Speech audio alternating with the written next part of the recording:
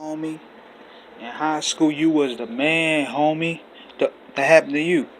This is exactly the perfect line to sum up Juelz Santana. This guy here had possibly one of the biggest, saddest fall offs I've ever seen in hip hop. How did it come to this? I mean, Juelz was charismatic. He was young. He had the swag that the young dudes wanted. The women loved him. And plus, he had an original, unique flow. And not to mention, he was a standout in a lot of the Dipset compilations. Just like that joint that he did. I feel like Rocky already. Are you ready? Are you down? He killed it. Then, let's go to 2005, 2006, where Juelz was peaking. I'm talking about the Lil Wayne collaboration, I Can't Feel My Face. He was neck and neck with Lil Wayne when it came to popularity at that point in the streets.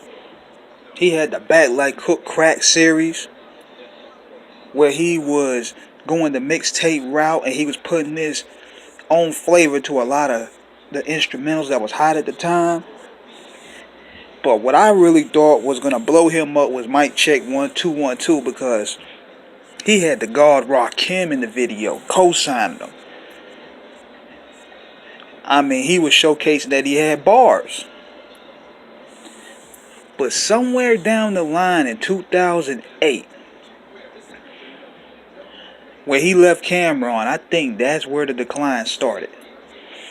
Because he aligned himself with 50 in the midst of the Cameron 50 beef that was going on. Him and Jimmy, they thought that this thing was going to take them to the next level after they pretty much abandoned Cam during that situation. Then they had the Pop Champagne joint. And Cam, he just went ahead and let them dudes go. Let them do their thing. So Juelz get on Def Jam. He has a song with Chris Brown that could have blew up. He went ahead and got Scud Gang, which was a solid group of MCs. He tried to build his own Dipset brand with Scud Gang. So he had that going on. He had the Reagan era tape about to come out.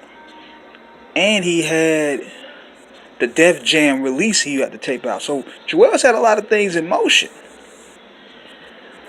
Plus, Lil Wayne had gotten back out of prison, and he said that he wanted to work with Juelz, but then all of a sudden, something happened. Years went by. He didn't put on hardly no music. According to a lot of his close friends, including Cameron, he developed a syrup addiction. Def Jam wasn't pushing his record. The Chris Brown record ended up being axed because not only a Chris Brown situation that was dealing with Rihanna at the time, they couldn't really push that record due to bad press. But then Juelz his album never came out on Def Jam. And Cam let these dudes out.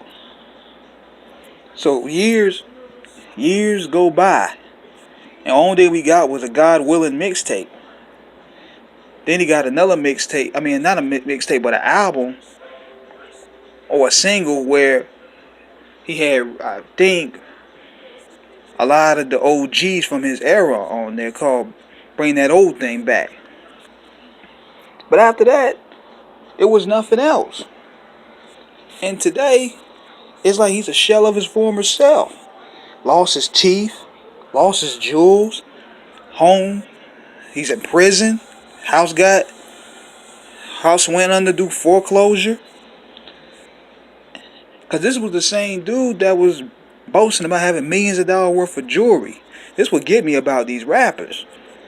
They get on these DVDs or they get on the gram and they stunting. But the moment they get caught up in a mix or they get killed, God forbid, now they got their mama and their family putting up GoFundMe pages for them. Why don't you take that nigga's jewelry and and pay for it out of that? But this whole thing with Juelz is crazy to me. And I looked at the interview that he did with Duras and Merrill. He looked strung out. Then I did seen another interview he did with Cam and Jim. He just looked like he was just burnt out, man.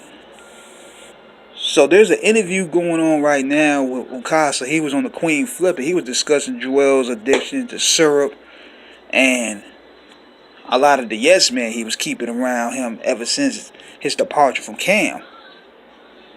And he's right. There's only so much you could tell a grown man. So what do you think caused the decline in Juelz Santana? Was it laziness? Was it syrup? Was it label politics? Let me know. Holla.